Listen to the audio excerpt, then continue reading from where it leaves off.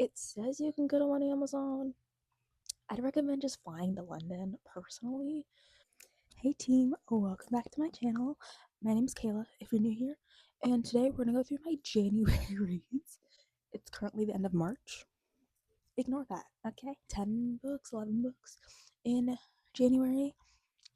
Beginning of the year, I was on a scroll, a sprint, sprint in January. So I read that many books, which that's a lot. Second book of this month. This book, Fundamentals of Being a Good Girl, is strong. I like it.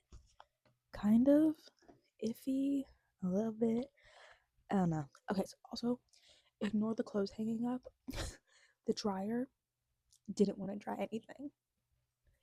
Nothing wanted to dry. The first book that I read is going to be Common Goal by Rachel Reed because I read Heated Rivalry and The Long Game in December. So I was like, guess I gotta catch up. Okay. This one follows Eric and Kyle.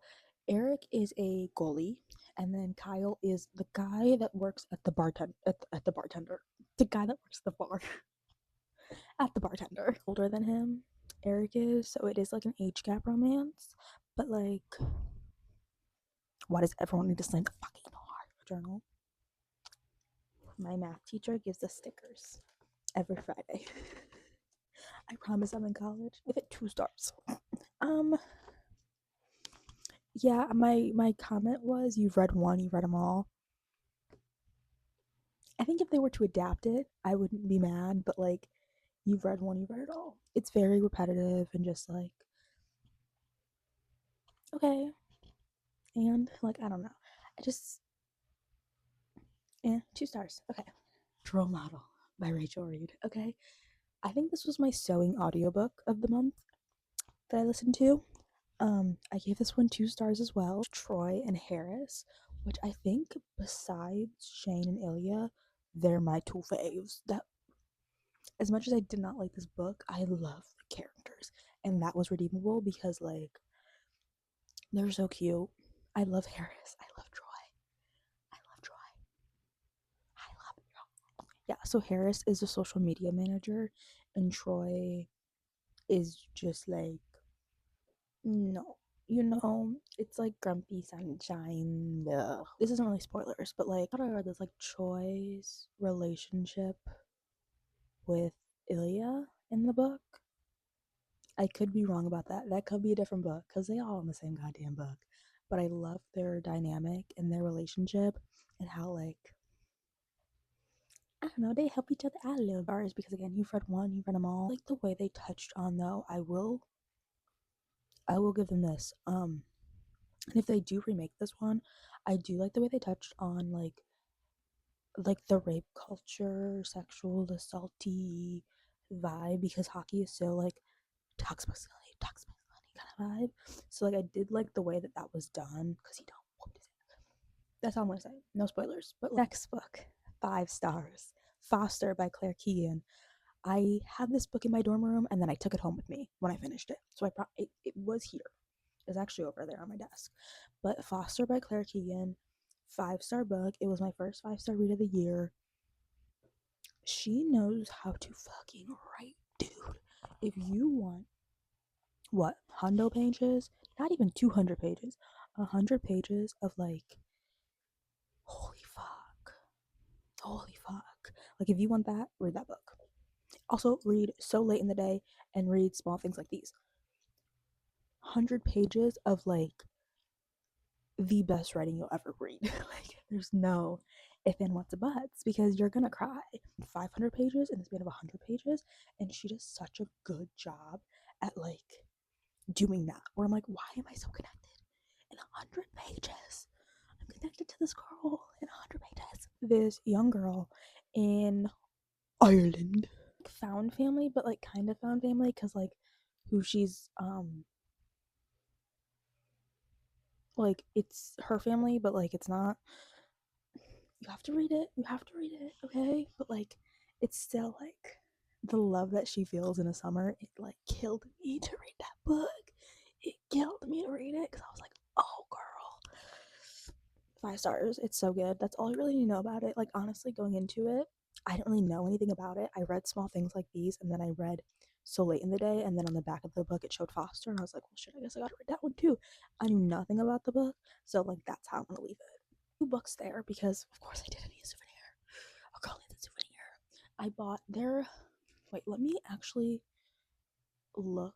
Basically reanalyzing art and kind of having a modern interpretation of it, but I got one called Gender and one called Girlhood. I think there's other ones, but those were the two that really spoke to me. I read Girlhood and I gave it 4 stars. That book was incredible. Again, the books are this big. They're literally top mail, bottom mail. They're this big. The books are so small, but it's I would say Girlhood was more of a like I like the analysts of it better. It was more um like kind of look at this piece of art, analyze it with your brain now, and then I'm gonna do my thing. You know what I'm saying? Like she's gonna write and go because this was going on with this class and how women this and like it was just like it was a great analytical perspective and like it wasn't I should have read it like in class or something. I read it in bed with a cup of tea. That's why I liked it because it was just like oh I didn't think like it says you can get them on Amazon. I'd recommend just flying to London personally, but like that's just me. So, highly recommend reading that book. And there's pictures. There's also pictures. It's going to be Gender, and I have the listing: A History of Sexual Roles in Art, Sexual Identity, and Art by Travis Alabanza. Please tell me if I'm saying that right. This one, on the other hand, was certainly different, but again, it's still a different like male perspective of analyzing men in art because I think it's always like big strong man and like that's it or like this little boy and like that's it like he's the prince, it's very like a lot of art like Napoleon or things like that where it's like yo, and this was set up like a play which I was not expecting at all, so reading it I was like the fuck, like I had to like reread like 5 pages because I was like what is going on. It's set up like a play, so it's like character one, i.e., like look at this painting, and then this is character one, this is character two, this is character three, and then it's gonna go like what their like internal monologue is of like this is ridiculous. Why are we sitting here like the models would, if that makes sense? So I thought that was like a funny little aspect, and so I gave it 3 stars because I wanted a more like analytical lens to it, and I feel like it wasn't analytical. It was more of a comedy, but also there was like some analytical to the comedy. So like I think that was done really well, but like I wanted it to just be analytical and not like a play. I wasn't expecting play, so yeah. But I'd recommend both of them. I'm trying to find the other ones because I promise you there was like 10 on the rack, and I just grabbed 2 because they're kind of expensive. Read, which I read The Long Game. Well, I listened to The Long Game in December because I was like, I need more. And then The Long Game by Rachel Reed. You know what the fuck I'm talking about. Um, and then I was like, oh, I want to like listen or read the ebook.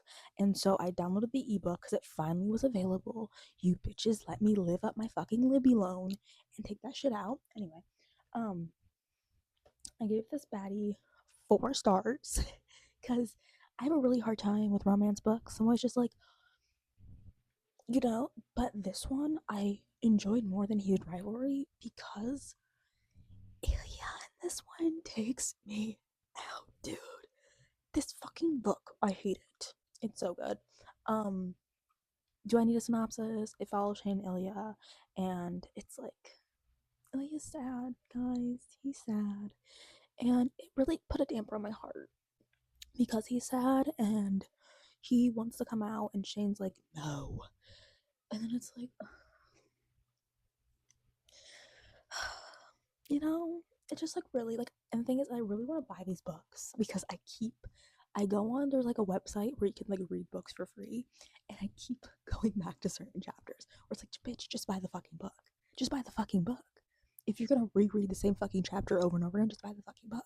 I gave it 4 stars, thought it was pretty good. As I just like tweaked out over it. Thought it was pretty good, enjoyed it, heavily enjoyed my time. with Shannon Ilya, probably my most anticipated read of 2025, and I did not read it until this year. And that was totally and completely fine by Alyssa Sussman, I think that's her name. Um, I was gripping, gripping at the fucking walls of my iron enclosure because of this fucking book. I was obsessed with Funny You Should Ask. Love that book. And it teased, okay, so my phone ran out of storage, and so don't know why I'm covering it. My phone just ran out of storage, so I just had to pay 10 USD dollars for iCloud because my phone has not been backed up in 9 weeks. So it still says I don't have enough storage. So I don't really know what's going on. What's going on? What are we doing? Shawnee, in the first book, Gabe like talks about his sister and like, oh, she gets a phone call at the dinner table. This book is about his sister and Ben. It's like an age gap because she's older. She acts like she's 90 years old. She's probably like 5 years older than him. She acts like she's 90, besides the point. But she's a daughter. Her husband passed away, and so she's exploring his relationship with Ben. It's a very heartfelt book. I think I gave it about 3 stars. Is this good the first one? No, but I did really like it.